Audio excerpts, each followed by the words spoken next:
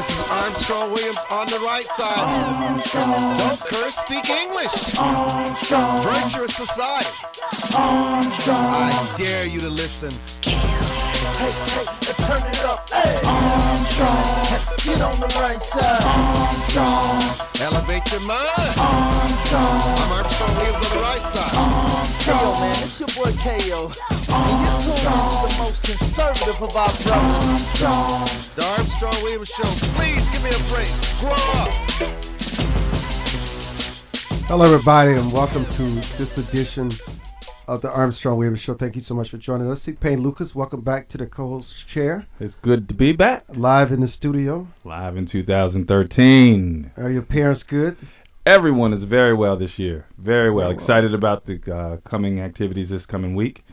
So, with the inauguration, we're excited. Oh, that is taking place, isn't it? It is. It is. Oh, thank you for reminding me. Oh, how could you ever forget when you're smack dab in the middle of it here on Capitol Hill?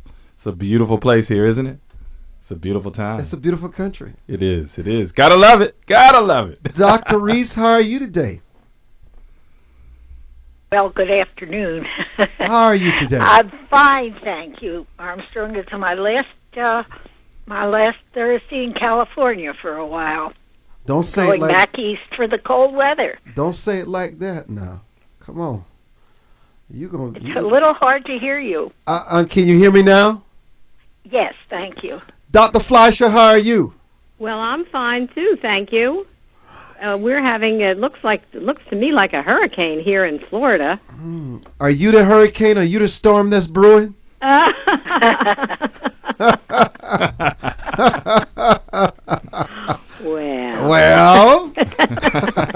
I don't know. It depends. It depends on what you ask me to talk about. Let me ask you this. I'm gonna have a little fun. We're gonna talk a little about inaugural. We have C. Payne in the house. We're gonna have a lot of fun today. This is when we deal with the issues surrounding the elderly with our very special guests, Dr. Thelma Reese and Dr. Bobby Fleischer. How do elderly people stay sexy and desirable and feeling good and looking good? And where people say, that's a good looking senior. Mama. Do you all still want to feel looking good? And does it make you feel good when young whippersnappers say, ooh, Dr. Fleischer? Right now I'm blushing. Oh. Is it important that you get these compliments? Someone says to you, not knowing who you are, and say, ma'am, you sure stunning. Oh, who would mind that? Well, they made a big deal of Britt Musburger flattering Miss America at the game between Notre Dame and Alabama. I just thought maybe you guys are offended if somebody pay you a compliment. Offended? I mean, no. Heavens, no. Oh, no. Delighted to receive a compliment. My goodness. Listen, why is it so frowned upon when elderly women, especially elderly women, date guys much younger than they are, but yet it's a different standard for elderly men dating younger women? Oh, yeah. Yeah, there is that, isn't there? Let's talk about that. Okay. Go ahead, Bobby. Little light today, having a little fun. They're blushing. Well, what do we think about elderly women dating younger men? I mean, that does occur occasionally, rarely, but it does occur. Do you think that the guy is really into them, or they think they've got money, going to get their retirement, going to exploit them? Do you think it really can be someone that really care?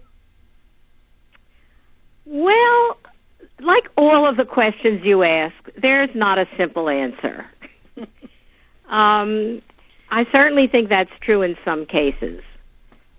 But I also think that some women like men who are fatherly and mature, and this appeals to them, and I can understand that. What would your children say if you started dating someone in their 50s? You mean who are my children's age? No.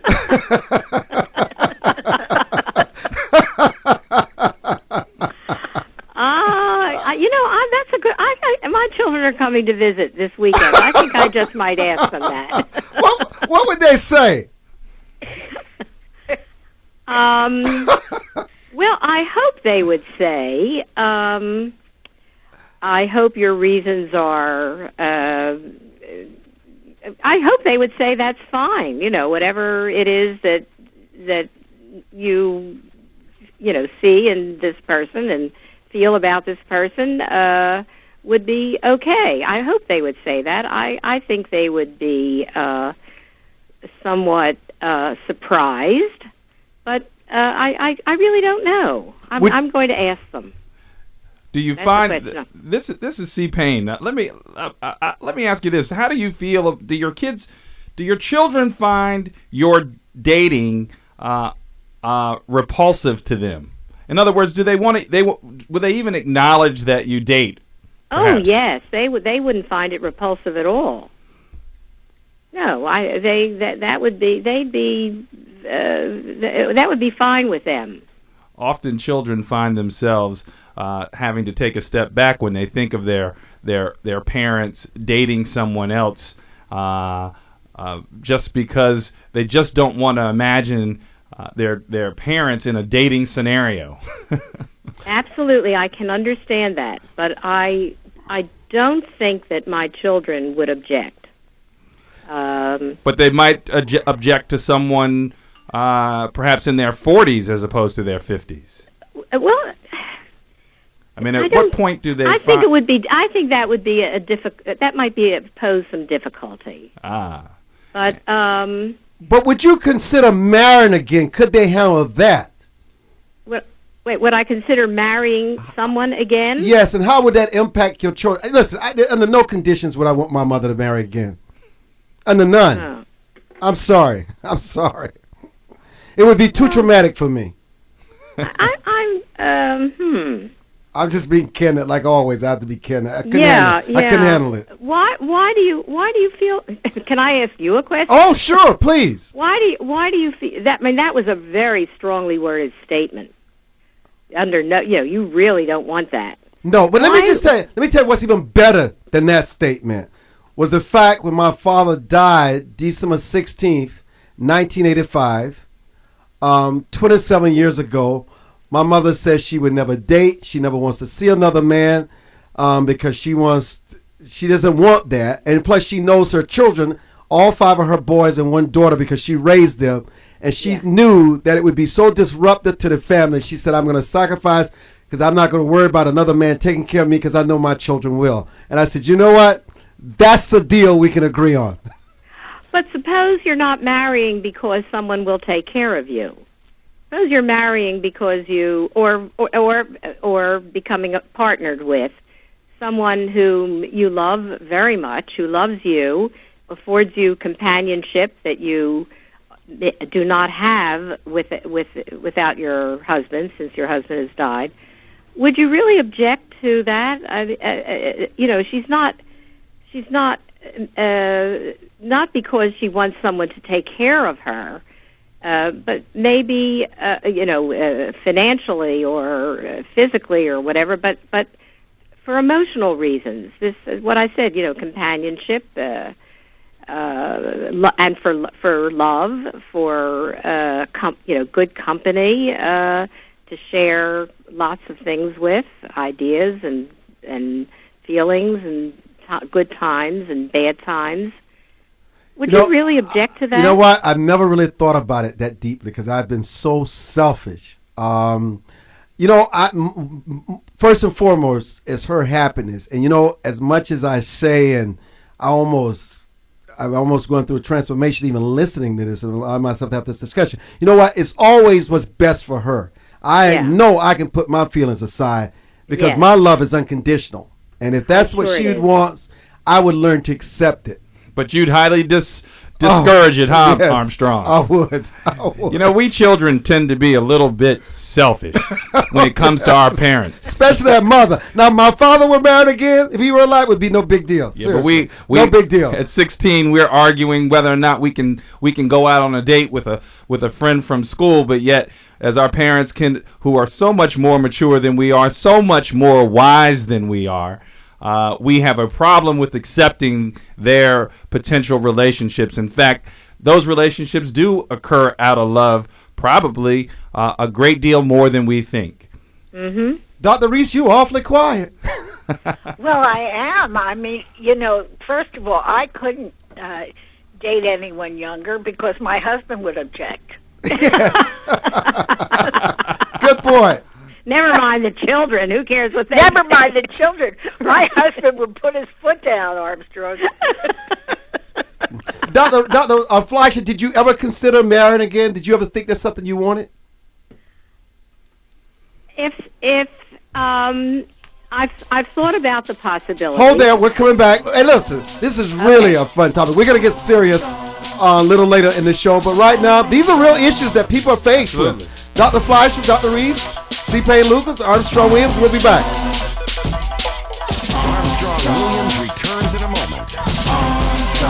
Attention, a very wealthy international benefactor now reveals money-making secrets used by the rich and powerful. Now you can learn how to make more money than you ever dreamed possible. Ancient secrets that have been used by members of secret societies for centuries are now being revealed. Now this money-making secret is being made available to the public. Receive the CD, Money Making Secrets Revealed, absolutely free. Learn how you can make money, achieve your dreams, eliminate debt, and develop super wealth. This is a once-in-a-lifetime opportunity and is available only for a limited time. Call and get Money Making Secrets Revealed absolutely free. Dial 1-800-839-4522. That's 1-800-839-4522. 1-800-839-4522. Remember, 1-800-839-4522. That's 1-800-839-4522. For more information on the Armstrong Williams Show, please visit our new website at www.rightsidewire.com. There you can find his syndicated column archive, view live streams, and get your favorite conservative pundits' views on the current issues affecting the American people. From building wealth to foreign policy, stay connected with Armstrong Williams and his colleagues at the all-new www.rightsidewire.com. Hi, this is Armstrong Williams. What does it mean to be conservative? Freedom of speech, freedom of free enterprise, freedom of assembly, less government, less taxes. As a matter of fact, a flat tax. Everyone should pay proportional tax. It doesn't matter whether you make $100 million or $10,000. Everyone should pay their 10%. Everyone should have something at stake in this American economy. I'm Armstrong Williams expressing what we mean by conservative traditional value. Does your school, team, church, or charity need a new fundraiser? Do you need to work out of your home or part-time? Are you a small business that can use an additional revenue stream? Then you need Yellow Llama. Do you need affordable web services or tools to enhance your existing business? Are you a graphic artist who wants to create a revenue stream with your art but not get ripped off? Then go to www.yellowllama.com. America must change course if we hope to survive and save the American dream for our children and grandchildren. How do we fix Social Security and Medicare? How do we cut government spending? How do we reform health care? How do we simplify the tax code? The Heritage Foundation has a bold plan that tackles these tough problems using common sense solutions that leave partisan politics on the sidelines. Find out how we can save the American dream at savingthedream.org, paid for by the Heritage Foundation. Hi, this is Armstrong Williams with an opportunity to own a piece of paradise in Nassau, Bahamas. Spectacular land prices, 8,000 square feet, 20,000 square feet lot, affordable prices, hilltop properties with views of the magnificent sea. Just call 242-677-3120 or 3121 or go to info@rightsidewire.com and leave your information. Where heads of state, sports, entertainment, and political celebrities meet. You're listening to Armstrong Williams. I want to get back. I want to come back to the fun later on, but I want to get down to something serious. I'm really interested, and I'm almost afraid to ask this question, but I'm going to ask it. I'm going to start with you, Dr. Reese. Had you been in the room advising the president what to do about regulating gun violence in this country, from your experiences and the people that you know, what would have been your recommendation? I so much agree with everything he said yesterday, and I was proud of him. I've been around long enough. I've worked with the police, district attorney's office. I see kids who are at risk a lot in Philadelphia. I've watched what happens in this country. I follow what happens around the world. I know, for instance, how they were able to stop this kind of violence in Australia and in other countries, and we do have something to learn. And I don't mind anybody having guns, hunting. The idea that we have to register and take a test to drive a car, and that no one has to do that to have a lethal weapon, is just beyond my understanding. Why anyone should object to that is beyond me. Those little children, by the way, were not just shot. Their bodies were riddled. Riddled. If you can stop one thing like this happening again, why would anyone, except the people who I guess are profiting so greatly from selling the bullets and the weapons, why would anyone object to sensible registration? We should know everyone who has any kind of firepower in their home. And most of those people, I'm sure 99% of them, are responsible people. You know, Dr. Fleisch, this is what I believe, and I'm going to get it really spicy here. Because I actually believe not one of the president's 23 proposals. I'm sorry, Armstrong, I'm having... I don't think... Can you hear me now?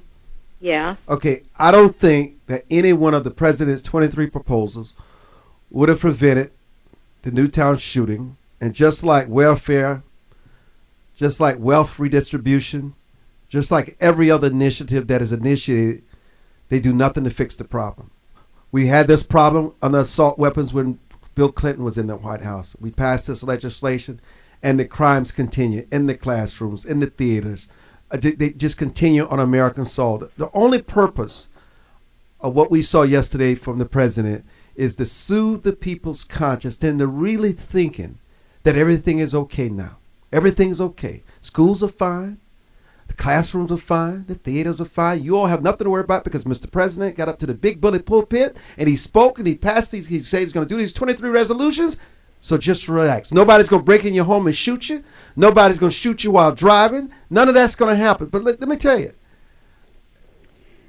Armstrong, why do we have this country, our country? A different issue for you. I'm different issue for you. We'll come back to this. But here's the issue. I'm sorry. I'm having... My point to you is, how can what he's initiating stop the gun violence? I think that we have so many guns in this country, rampant. It's absolutely rampant. Why do we have so many thousands of deaths a year as a result of guns, whereas other countries, less advanced than we are, but certainly as advanced as we are, have maybe in the low hundreds? It's unbelievable how many deaths we have because of guns. What would be your solution to that? Listen, we're comparing apples and oranges. You cannot compare Japan and Australia and these other places to the United States.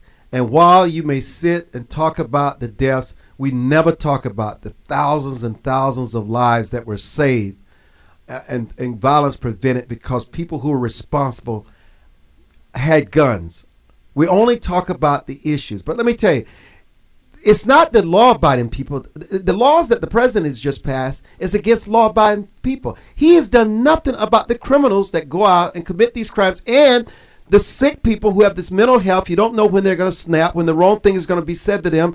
If somebody really wants to get a gun, you can have all the background checks. You can do everything you want to do. You're not going to stop somebody from buying guns and killing. That's best because there are so many guns in this with country. The criminals. The reason there are so many guns in this country is because there's a huge market for guns in the country. If there were no market for guns, the guns wouldn't be manufactured. They wouldn't be here. We train killers in our military. That's what we do. We train killers, millions of them. Around the world, we train them. This is what we do. And many of them come back home, and some of them snap and think that they're on the battlefield because they can't separate the two because they have mental anguish. So we leave that part of the equation out. What we do with police officers, we train killers. Sometimes they kill people for no reason at all. So what are we going to do? We're going to disarm them too? Where does it stop? Armstrong, yes, we do have to control police officers that kill people for no reason. That's an outrageous thing, and I hope the police departments are training their officers not to do it and punishing them severely if they do. That's a terrible thing. Armstrong, I'm certainly not in favor of that. This argument here is one that we should maybe take a step back and look at. Quite frankly. All the laws in this country are here to prevent something. They have laws against murder, and certainly those laws don't prevent everybody, prevent all murders. Mm-hmm. We have laws against speeding, and they certainly don't prevent speeding. People get speeding tickets every day. We have laws against molestation, rape. We could go on and on, but those molestation happens, even in our churches. Rape happens. I find this argument that any law or that's passed that doesn't prevent all shootings is one that is ineffective, because essentially that's what you're saying, right? No, but in fact, what you're doing is making my point, because what you're saying, you can legislate and pass all the laws in the world. You're going to still have the exception where people commit these crimes. So should we should have no laws? So let me ask you this. So we should have no laws because those things still happen. That is not my point. Are there any good laws? That is not my point. Are there any good laws? You're making my point, because what you're talking about, 98% of the people don't do exactly what you're talking about. We don't. It's that 2% which you can never control. So should we have no laws? The laws on the book. I'm not talking about changing the laws. I'm only talking about what the president is proposing in the last 48 hours. Well, those are only which has to go before Congress. Well, first of all, he didn't have any law. He's proposing that we have a ban on assault weapons. He is proposing that we have a national registry. He is proposing that we do background checks on anyone who's looking to have a gun. I'm just saying they're already doing background checks. They already have the registry. 23 things that the president. Listen. There's a lot Why of are there loopholes? Because people like the president and Republicans and Democrats are in bed with lobbyists and special interest groups. They stand up on the bully pulpit and say one thing and turn a blind eye when their big donors decide they're going to manipulate legislation because they're lobbyists and special interest groups. And we know how the system works. No doubt. Okay? No doubt. But we can make the laws tighter. We can make them better. And just to do nothing would mean to just simply take away the speeding limit and let people speed down I-95 going north and south, like 40 miles going north. I just think that the laws deter people. The threat of going to jail, the threat of federal prosecution for trading guns across state lines is so impactful that most of us take a step back and always think, do I really want to go to jail? And that's something that I think by passing a law, a federal ban against assault weapons without the loopholes as a result of special interests who are there on the Hill, Republicans and Democrats who are up there lobbying every day to make that happen, would certainly have some teeth if we could actually get that crap out of the law. And you just said it. What will happen? Oh, yeah, you have the teeth today. What happens 7 months down the road when nobody's thinking about this issue? Dr. Reese, go ahead, please. Try it. We have tried it. We have. So don't do anything else. No, we have tried it. Can we make the laws we have better? We need principled leaders who do what is in the best interest of the country, these Which is kids what? and society. What? Which is what? Which is what? What do you think? There what is do you no think should be need. done? There is no need for ordinary citizens buying guns where you have 10 or 15 clips. That's just common sense. All right. Are you that's telling one me? thing. Are you telling me it's going to take somebody shooting someone in a classroom to realize that something that they already know? I mean, what we're doing is that we already know this issue. We already know what it can lead to. It's just common sense. Just the Congress and the president should do their job. It's common sense. It's quite simple. Yes, it is very simple. You know what it is? But, there's a gun lobby out there that is so powerful that what it simply does is back congressional seats so that they don't get primaried if they support their issues. And as a result of that, they're in bed with them. So now the National Rifle Association has it so that this country cannot even investigate the number of murders as a direct result of guns. And let me say this to you. And that is why Harry Reid, when it gets to the Senate, will water it down because Nevada is the gun lobby. Absolutely. It will be watered down. No doubt. That's what I'm talking about. They're already compromised. We're all on the same side. So what are we doing? We're all on the same side because you're saying the not. exact same thing. Oh, yes, Armstrong is saying that. we're not on the same side. side. Let me tell you why we are with Armstrong, because what he is actually saying is that common sense legislation is something that should be passed immediately without all the watering down. He's saying the same thing we are. You think that we should absolutely have background checks. Am I right, Armstrong? Yeah. Everything that was brought up as we're going to come back to you, Dr. Reese and Dr. Fleischer. We're not talking about dating. We're talking about guns, baby. We'll be back. For more information on the Armstrong-Williams Show, please visit our new website at www.rightsidewire.com. There you can find his syndicated column archive, view live streams, and get your favorite conservative pundits' views on the current issues affecting the American people. From building wealth to foreign policy, stay connected with Armstrong-Williams and his colleagues at the all-new www.rightsidewire.com. Life is full of unexpected changes. Everyone has potential to do wrong. And when they choose to do it, contact the Bucksell Group for your private investigation needs. TheBucksellGroup.com or by phone at 202-243-9746. Whether there's an instance of a cheating spouse, child custody, process service, or security, don't continue suspecting. Get closure so that you can move on with your life. Visit TheBucksellGroup.com now or call 202-243-9746. If you think it's happening, it probably is. To travelers along the road of life who have fallen asleep at the wheel, to the many who woke up in time to avert disaster and get back on the righteous path. For the ones who crashed and survived and now adhere vigilantly to a virtuous and righteous path. Finally, Armstrong-Williams' much-anticipated new book, Reawakening Virtues, gives his insights into these daily challenges and much more. Reawakening Virtues is available in bookstores and at Amazon.com. Join the millions of Americans who pursue one of our country's finest traditions, from hunting to sports shooting. Since 1871, the NRA has grown as a service organization involved in all aspects of shooting sports and is a proud defender of the Bill of Rights. Join today to begin taking advantage of exclusive membership offers and discounts, including up to $25,000 in insurance coverage. Contact the NRA today. Call 1-800-672-3888 or visit nra.org. Most Americans simply have never been taught the basics of money management, let alone how to secure their financial future. But there is hope.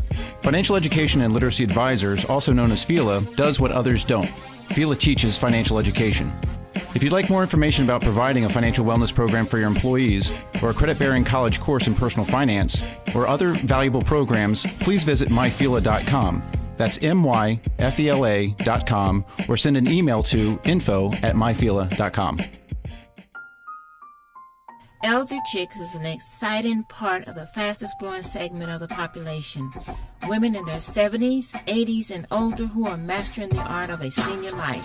We're no longer unseen and unheard. We're providing role models for each other and the baby boomers who are fast approaching retirement. Join our virtual community. Hit www.elderchicks.com on your computer keyboard.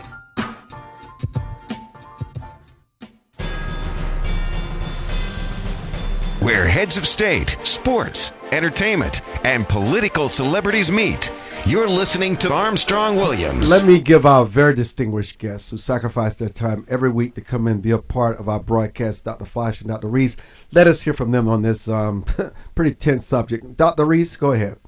Okay, here's what I want to say. First of all, I really applaud your saying that the lobbyists have such influence. And when you say that, Armstrong, I know you must be realizing where you are, the influence of the NRA. And when the only thing they bring to the table is the suggestion that we have more guns in every school, so that every child gets used to seeing even her teacher armed. Is this really a sensible way to look at anything? I actually agree with them. I agree with them. You agree with that? I'm a card-carrying member of the NRA. You can be a card-carrying member and not agree with that. No, I understand the rationale behind it, though. As long as they're trained, given the kind of society and the copycat crimes that we have, I would rather see a teacher armed than disarmed. Now, if a teacher decides that's something he or she they don't want to do, then I applaud them. But there are many that will take the role. Armstrong, have you ever worked in a school? Yes. Teaching? Preaching. Have you ever been part of a faculty? Let me tell you, I have. Many. I can't count on the fingers of one hand the people I would want to see armed. I would want to see you armed. Dr. Fleischer, I would like to see you armed. Oh, no. What's You're interesting the wrong person. Why? No way. But you don't think there should be any guns, even with resource officers or police officers on the school ground? Are you kidding me? Dr. Fleischer? I don't know. When you talk about what can prevent what happened, a presence of a resource officer somewhere on the school grounds could not have prevented that happened at Sandy Hook. Are you one resource person can be anywhere. Schools are spread out places. When somebody comes in and starts shooting, the resource officer can be on the up the down staircase. You know, I mean, there are many places that he can be. The likelihood of being right where he can confront the shooter is very unlikely. I don't think that would be a preventative thing. Let me just say this. I hate to see our schools and our country become an armed camp. I want to remind you something. I don't like to think of that as the solution Dr. to this Fleischer, problem. Dr. Fleischer, obviously you have not been in any city in America often, because let me tell you something. Oh, wait a minute. I am working in inner city schools in here, and I have in Philadelphia. Well, those schools are armed with police officers. They already have almost all my life. But they already have it then. Armed guards. No, they didn't. No, they didn't. No. Oh, in Washington, D.C.? Let me tell you. I'm talking about in Philadelphia. No, there weren't any. There may be now. I don't know. They are armed. But let me tell you. certainly weren't 5 years ago. Guns are your best friends if you know what to do with it. It's your best friend. It's not an enemy. It's the people you should worry about. The issue is not about firearms. It's about these people who have become so violent. Well, how about of course gun it is. safety? How about the safety of using the guns, Armstrong? Do you think there ought to be registration? Yes, of course. Do you think there ought to be a solid background check? No question. That's common sense, though. Do you think we need assault weapons? Is, so why don't we do it? I agree. We don't do it. But we should. Of course we should. Armstrong, can I jump in here with you? These are things that the president is proposing. Why are people saying no? Look. Who would say no to such things? It's already in place. It's just not enforced. It's not implemented. That's correct. We haven't had a head of the FTA right. In 8 years. Let's go to the phone lines. I apologize. Rodney, you're on with Elder Chicks and C. Payne Lucas. Hey, Armstrong. Wonderful show again. I have to disagree with your guest. I grew up in Philadelphia, and if you're familiar with Kinsey Elementary, and I went to Wagner Junior High School. Oh, yes. And Wagner Junior High School did have a police officer in there with a gun. Well, they may have had them in those schools, but certainly the places that I was in, and maybe there was an armed police officer. There may have been, but certainly not somebody who was so in evidence and everywhere at once. There are 3 floors. There are wings of these schools. A police officer cannot be everywhere at once. No, every teacher was never armed at Kinsey or Wagner. Say again? No teacher was ever armed. No, he's talking about I know, but I'm saying an officer, not the teacher. I know, but it is being proposed that teachers also should be armed. Let us get Rodney's perspective, and then we'll respond. Go ahead, Rodney. Well, the thing is, to be honest with you, he was there as a deterrent because the school, if you're familiar with Kinsey and Wagner, is pretty much 100% all black. And when things happen, like students stabbing each other with pencils or some type of weapon, actually sometimes he was there to protect the teachers as well, more or less. But he was a extreme, a very mean person for one thing. So he was a deterrent for anything to really happen. Now, if it happens off the ground, he pretty much can't do nothing about it. Right. But if it happens on the ground, let's believe they either have a cell in Wagner that'll hold you until other authorities come. So I have to disagree. Rodney, did you notice that what the president proposed yesterday was that there should also be funding when schools decide that they want an armed person? Yes, that's true. That this would allow the schools to make that determination. Right. Okay. Well, I'm in. He agreed. He did give that as a agreement with the NRA's proposal that if they wanted it, they could have it, but not the thing is. Well, what I'm not understanding is everybody always saying the Second Amendment. Yeah, back in 1776, it was good, but now I don't believe George Washington and them had a clip that can hold 30 rounds. So right. They can shoot 30 rounds in 1 minute. You're absolutely right. I think that's pretty much where we have to, adjust things to the times. I think everybody should just. In fact, I think everybody should just choke it up. Things have changed. I mean, look at it now. If George Washington could see a tank, he'd be like, "Oh my Lord!" Exactly. I wish we would have had this back then. And did you have to get a license to ride your horse? No. But when we got cars, we realized we had to license people. Exactly. And another thing also, and I'll be quick, the people always say, oh, something's wrong with them, they're crazy. Well, some of the crazy people I have met don't even know how to shoot a gun, let alone load a magazine. So these people who's doing these shooting and rampage, they know what they're doing. They're just trying to get a lighter sentence if they caught or just shoot themselves, kill themselves to get out of it. I think they really know what they're doing.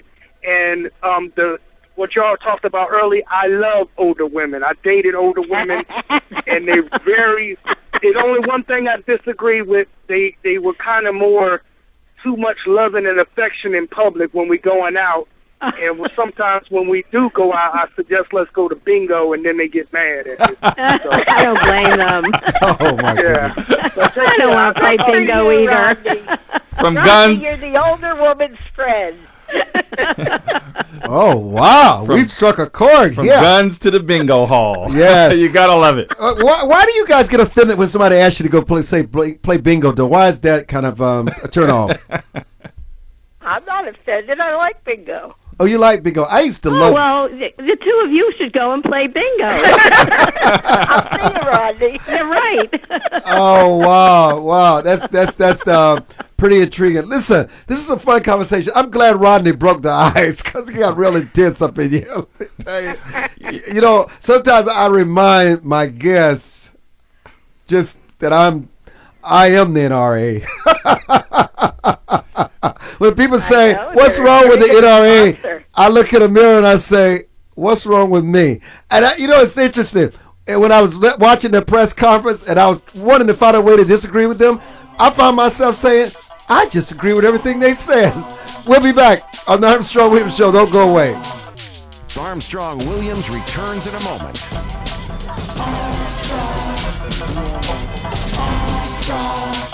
No.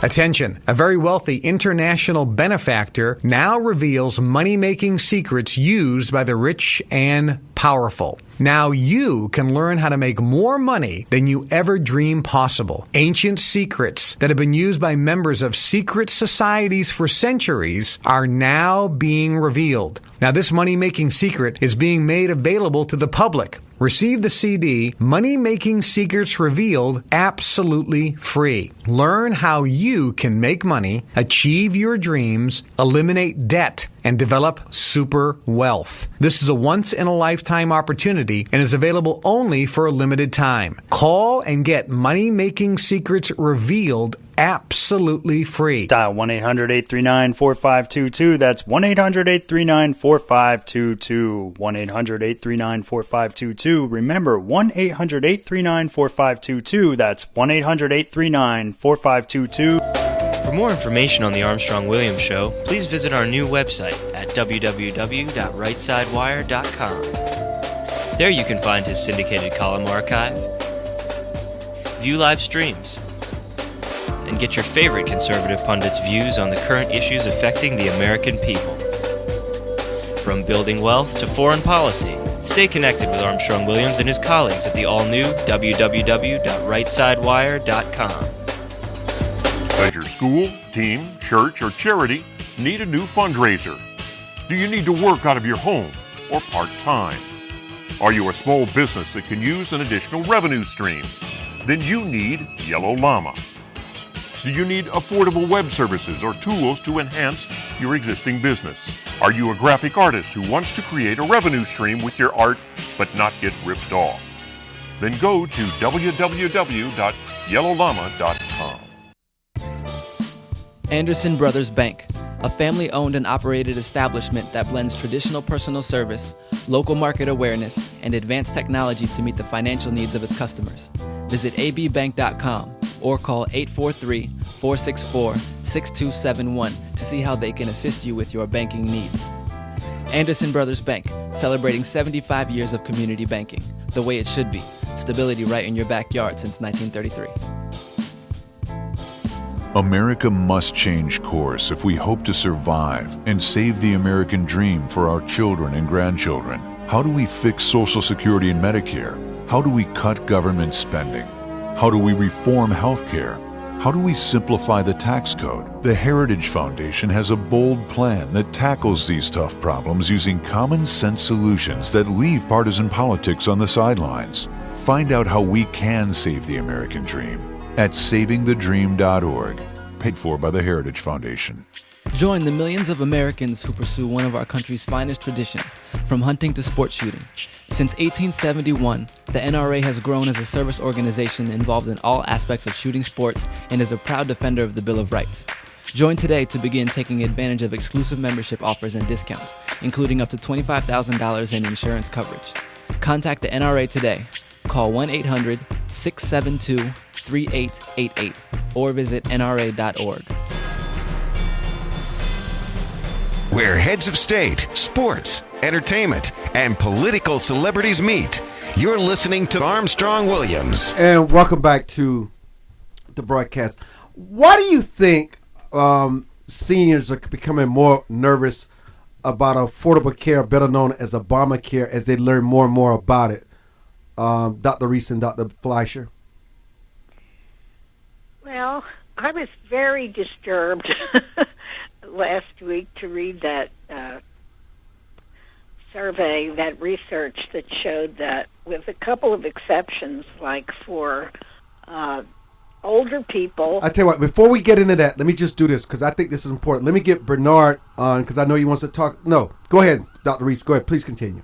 To read that with a few exceptions, like for the elderly, fortunately, and for, I believe it was breast cancer and a couple of other specific cancers. You know where we rank in the world? Oh. 38th in mortality and everything else. This is so disturbing. We need all kinds of reform, obviously, and we're doing very badly. The rich, as everywhere, are able to get excellent care here, but the general population is doing worse and worse. I've always been disturbed that we have such a high infant mortality rate. Here we are, the richest country in the world, and we can't save babies the way they can almost everywhere else. What's wrong with us? You know, Dr. Fleisch, what about the preventive health care services for those who are covered? What about the preventive service? Yes. Health care services, which are covered by the medical care plan.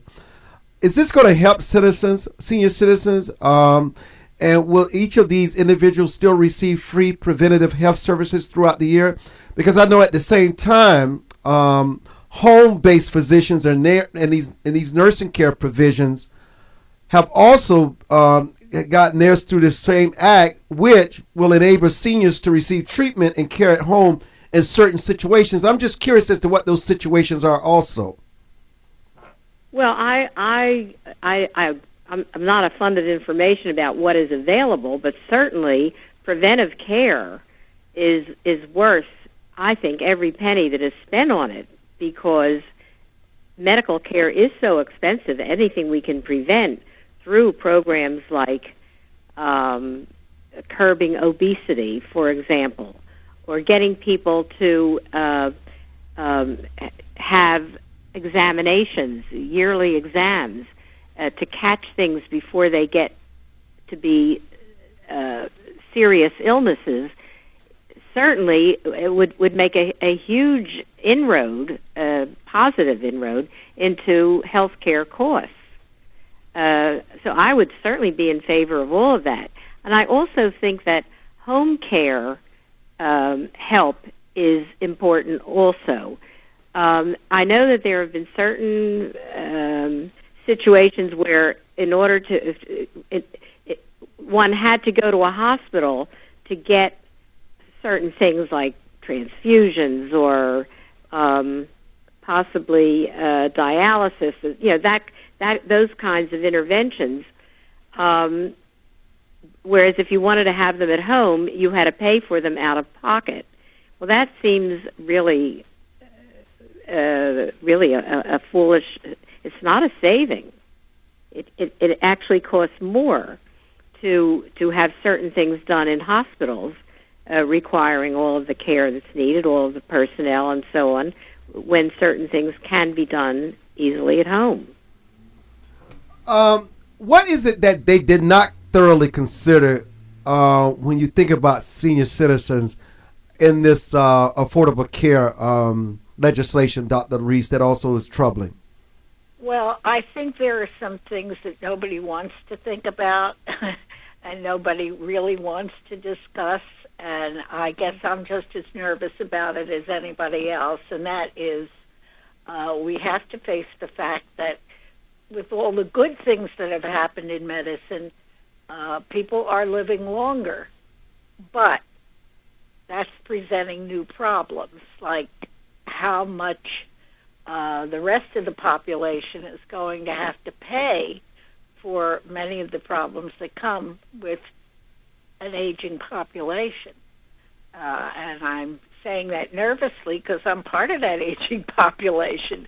But the reality is that there are so many people that I see who are not exactly having, and never will again have, the quality of life that they think makes it worth living. And that's a very delicate subject that nobody really wants to touch. But it needs to be faced. Yes. There need to be end-of-life Exactly. conversations. Exactly, and we're not really doing that. No, we're not. And we should. We need to. Absolutely. Well, let's start having them.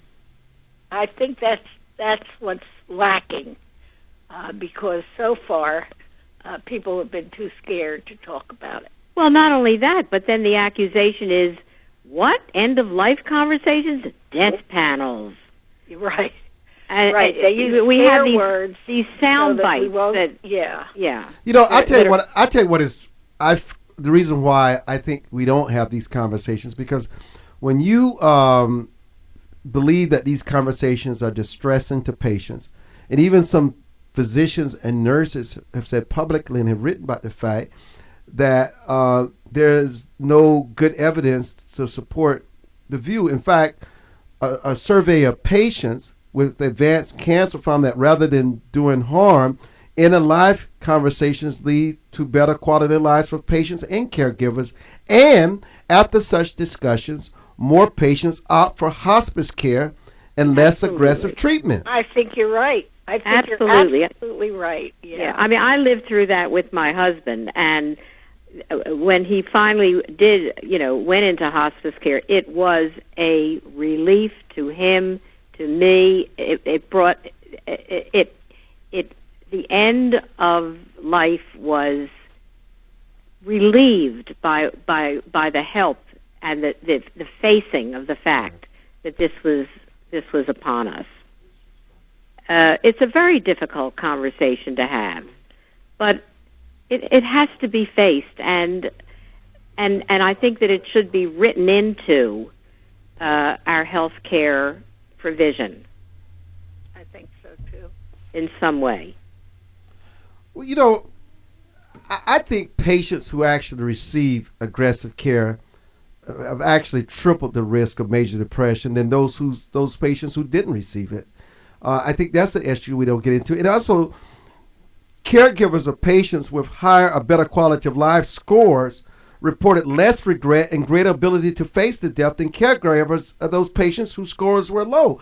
And I just think that when people go through all this treatment and this aggressiveness, it makes them even more depressed and more, it makes life even worse for them, not better. I think that's often the case, Armstrong. Yeah.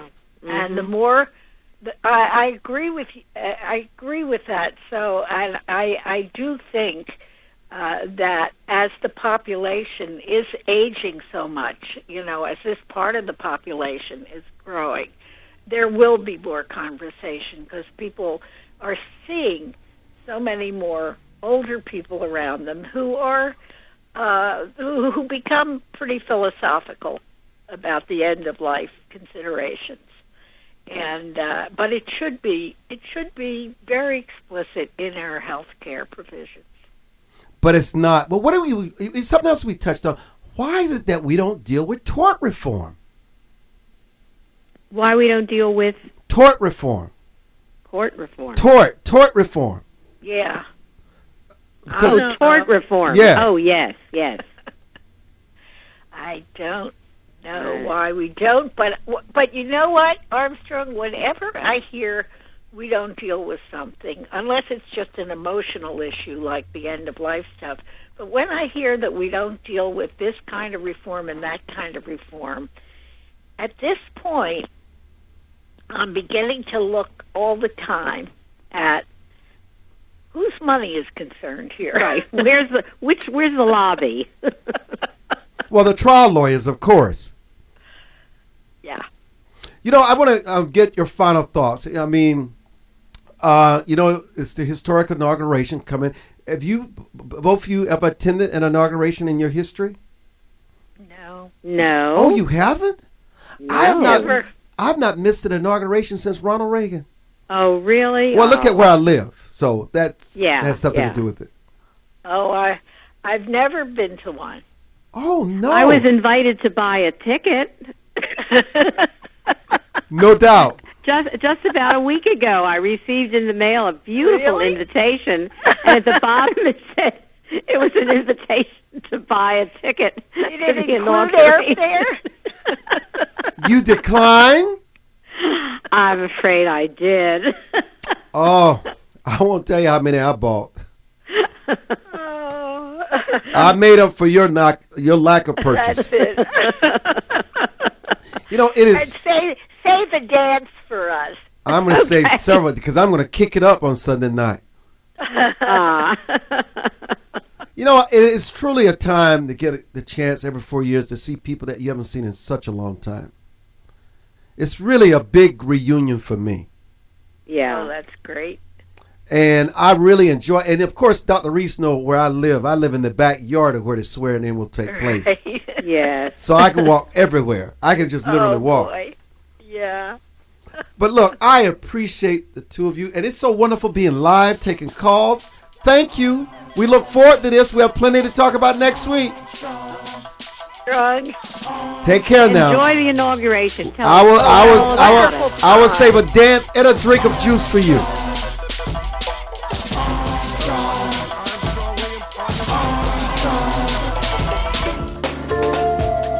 For more information on the Armstrong Williams